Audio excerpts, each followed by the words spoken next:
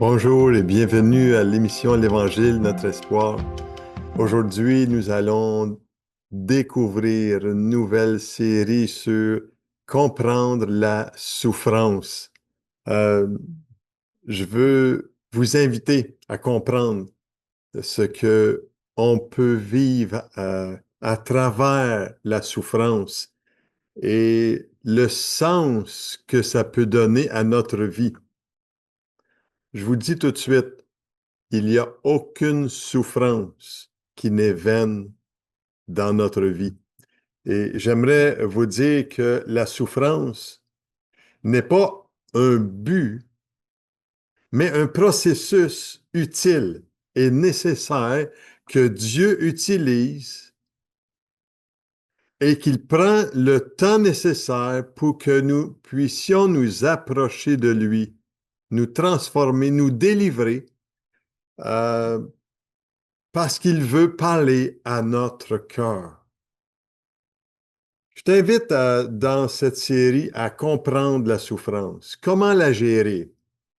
Qu'est-ce que tu dois comprendre et faire face dans tes circonstances? Et comment peux-tu entendre Dieu te parler dans ces difficultés?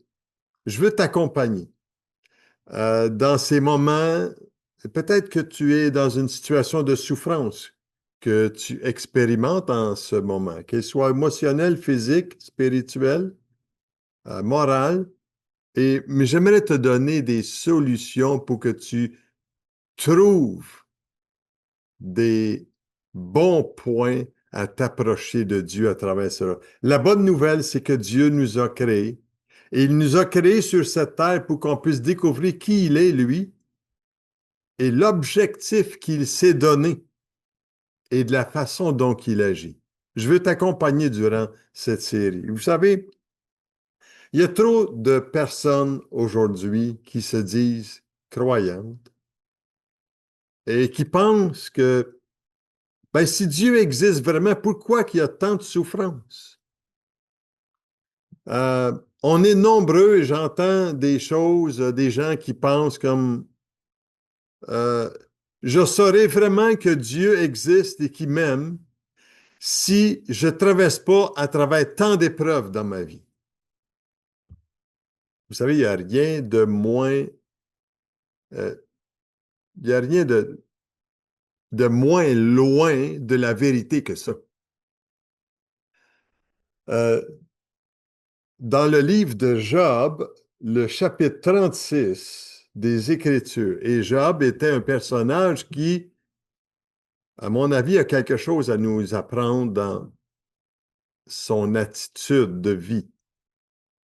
Et Job, qui était un homme éminent, riche, ayant une famille, ayant un équilibre social, un cœur bien disposé, il a vécu des choses, il a tout perdu. Et je crois qu'il peut nous approcher pas mal de ce que Dieu pense dans la souffrance. Et il dit ceci dans le chapitre 36, verset 15. Dieu délivre l'affligé par son affliction même.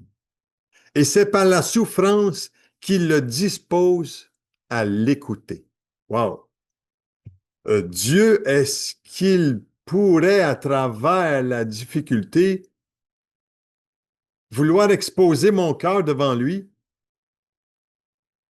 Euh, il y a la traduction de la Colombe qui dit ceci, mais Dieu délivre le malheureux par son malheur même. Et c'est par la souffrance qu'il l'avertit. J'aimerais vous dire, il n'y a aucune souffrance qui est vaine dans ce monde. Aucune. Et en réalité, la souffrance n'est pas un but, mais un processus utile et nécessaire par lequel Dieu prend le temps de nous rapprocher de lui. Il a tout le temps voulu, lui. Et il veut nous transformer. Il veut nous délivrer de nous-mêmes à travers la souffrance. Quelle folie nous avons! Et la folie s'attache souvent à nos pensées dès notre enfance. comme nous dit le Proverbe chapitre 22, verset 15. Et dans notre nature humaine et abîmée, et on doit bien le dire, vous et moi, parfois, vivons des souffrances et on est abîmé par ce qui nous habite parce que nous avons hérité d'une nature qui s'éloigne constamment de Dieu. Et euh, Dieu veut faire quelque chose à tout prix, souvent dans les moments de difficulté, et on a une tendance tellement vive à se rebeller contre Dieu et sa parole parce que s'il m'arrive ça, c'est pas supposé. Et pourtant, c'est parce qu'on a de la difficulté à comprendre le pourquoi cette souffrance. Et seuls les temps de souffrance, la Bible appelle ces temps-là euh, une fournaise. On passe par des temps difficiles, une fournaise où ce que il y a des choses que Dieu, dans lesquelles il veut nous dire et il veut euh, épurer notre cœur et nos vies et nos pensées. J'aimerais vous dire, est-ce que vous croyez que vous avez plus de valeur que l'or? Aux yeux de Dieu, l'or va passer, mais ta vie, elle, est plus précieuse que toute l'or de ce monde, parce qu'il t'a créé à son image afin que tu puisses découvrir les réalités et l'objectif que Dieu se fixe, lui, à travers les moments de souffrance. Est-ce qu'on réalise qu'une simple éponge ne peut suffire à ôter les impuretés de notre vie et à faire briller ce précieux minerai qui est la foi? Et vous savez, pour raffiner notre foi et faire ressortir tout l'éclat de cette foi vivante dans laquelle le Seigneur, il veut, le feu est indispensable pour la purifier. Et c'est pour ça que j'appelle ça là, une fournaise. Parfois, on passe par un temps de difficulté, la fournaise ardente. Et le feu ne détruit jamais, vous savez, l'or, mais la purifie. Et notre foi, c'est un peu comme l'or. C'est plus que de l'or même. Mais elle est comme de l'or. Elle- le feu va faire passer l'or et elle va tout enlever les souillures qu'il peut y avoir autour de l'or. Et de la même façon, le, le feu de l'épreuve, le feu de l'épreuve n'est pas fait pour nous tuer. Le feu de l'épreuve va consumer ce qui n'est pas bien, ce qui déplaît à Dieu, pour qu'on se tourne vers lui dans la mesure que nous voulons que Dieu règne sur nos cœurs. Hmm. Ceci étant dit, est-ce que c'est possible que dans une foi chrétienne, que Dieu veut nous débarrasser de toute forme d'arrogance? Je prends l'arrogance, exemple. Euh, L'arrogance, ça se trouve dans la nature corrompue de chacun d'entre nous. Et indépendamment de notre position sociale, parfois nous laissons l'arrogance venir sur notre vie. Hmm. Est-ce que vous avez remarqué que l'orgueil n'attend pas que vous soyez parvenu au sommet pour vous tenter? Elle est là. Elle est là, cet orgueil qu'il y a dans notre vie, dans laquelle Dieu veut nous montrer la nature même de notre vie. Est-ce que vous avez aussi remarqué que Vous avez plus appris à développer euh, de l'humilité avec les conseils des autres autour de nous et avec le conseil des Saintes Écritures dans notre vie. Euh, Quand on traverse les moments de souffrance comme une fournaise dans notre vie, il y a des vertus dans lesquelles Dieu veut nous faire comprendre l'essentiel de ces moments difficiles. Et Dieu veut, lui, les produire, ces révélations, ces pépites. Moi, je les appelle des pépites d'or purifiées. J'aime ce que les psalmistes disent dans le psaume 119. Il dit dans le verset 67, avant d'avoir été humilié, je m'égarais. Maintenant, j'observe ta parole. Dans notre nature que nous avons héritée du premier Adam, euh, la nature du premier Adam, notre nature pécheresse, ne veut tout simplement pas se soumettre à la volonté de Dieu. Et la Bible dit bien clairement que Dieu délivre l'affligé par son affliction, même si, et c'est par la souffrance qu'il nous dispose à l'écouter. Euh, Vous savez, si Jésus lui-même euh, a appris l'obéissance par les choses qu'il a souffert dans ce monde, comme nous dit Hébreux 5:8, euh, qui on est, nous autres, de vouloir être épargnés des souffrances? Euh, Vous savez, quand on regarde en arrière de manière sincère dans notre vie, je suis convaincu que parmi les souffrances que vous avez, que j'ai endurées, Euh, il y en a certaines, plusieurs en particulier, par lesquelles vous pouvez dire, hey, merci Seigneur, ça a été difficile, mais nécessaire pour ma vie. Ça m'a appris telle chose. Euh, David, lui, dans le psaume 119, verset 71, il l'exprime de cette manière-là. Il dit, pour moi, la souffrance a été une bonne chose. Elle m'a appris ce que tu voulais. Euh, la souffrance n'est pas d'aujourd'hui. La souffrance, elle est constante. Mais aucune souffrance n'est vaine dans la vie. Et plus vite qu'on va apprendre à obéir dans la sagesse de celui qui vit d'en haut, plus vite Dieu va ouvrir un nouveau chapitre devant nous pour nous montrer sa grandeur.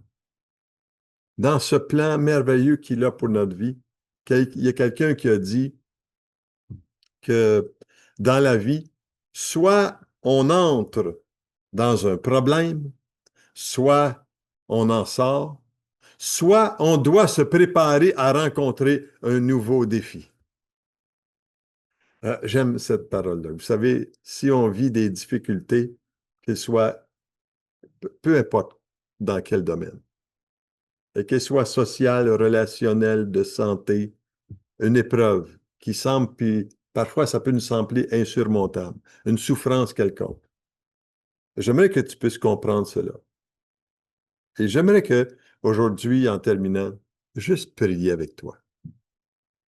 Juste prier avec toi et demander que le Seigneur pose sa main sur toi.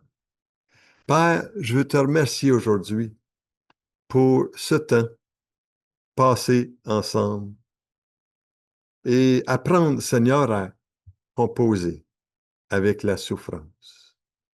La souffrance de la vie, la souffrance des relations. Et Père, je prie qu'aujourd'hui, cette personne qui est devant moi, qui entend le son de ma voix, que tu puisses venir parler à son cœur et lui montrer ce que tu veux lui dire, ce que tu veux produire en elle. ce que tu veux transformer en elle. Seigneur, je prie que tu aides à déposer à tes pieds toute forme de souci, d'accablement, de maladie quelconque. Et je prie que tu puisses fortifier cette personne qui est devant moi afin qu'elle comprenne, qu'elle sache que tu l'aimes et que ton amour ne change jamais. Merci Seigneur pour cette journée.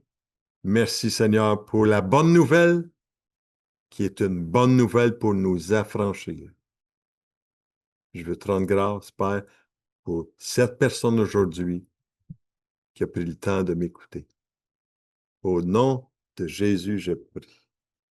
Amen. La semaine prochaine, j'aimerais vous partager sur la souffrance et la guérison. Écoute bien ce chant en terminant. Tu dis, et le Saint-Esprit va parler à ton cœur à travers ce chant-là, et on se retrouve la semaine prochaine. Soyez richement bénis. Des voix dans ma tête ne cessent de me dire que je ne suis rien.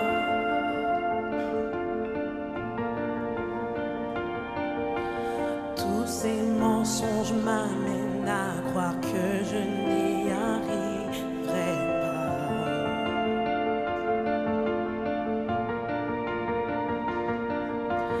Ma vie ne se résume-t-elle qu'à des moments de haut, de bas?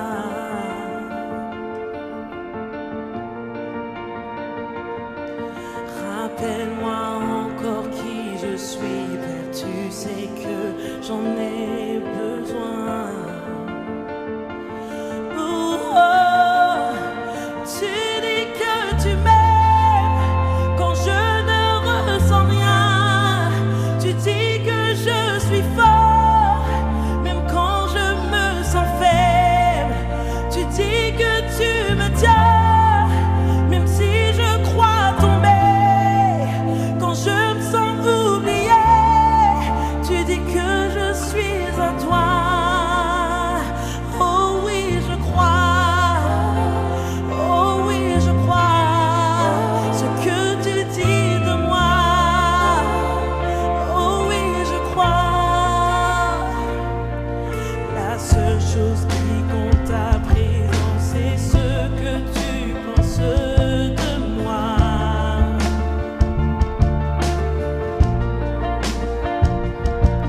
En toi j'ai trouvé ma valeur, en toi est mon identité. Oh, tu dis que tu m'aimes quand je ne ressens rien. Tu dis que je suis fort, même quand je me sens faible. Tu dis que tu me tiens, même si je crois tomber. Quand je me sens oublié, tu dis que je suis à toi. Oh oui, je crois. Oh oui, je crois.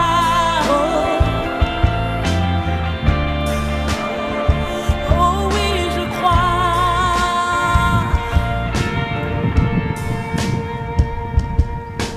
Tout ce que j'ai maintenant, Seigneur, je dépose à tes pieds.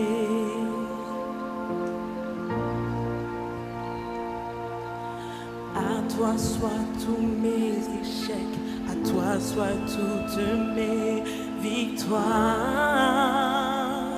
Oh, oh, tu dis que tu m'aimes quand je ne ressens rien. Tu dis que je suis fort, même quand je me sens faible. Tu dis que tu me tiens, même si je crois tomber. Quand je me sens oublié, tu dis que je suis à toi.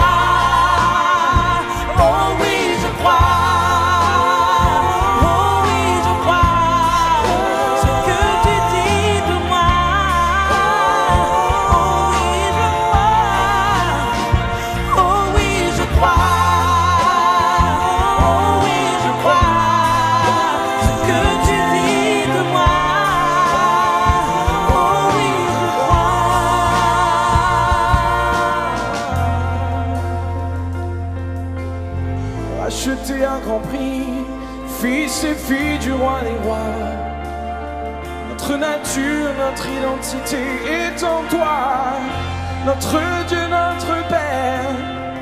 Notre Dieu, notre Père.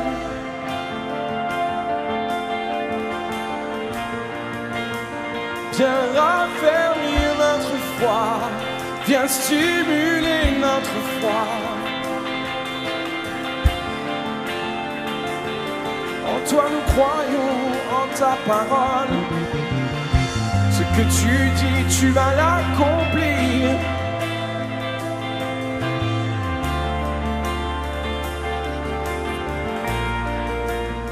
Tu fais de nous des fils et des filles du roi des rois, des fils et des filles à leur place. Chacun à sa place.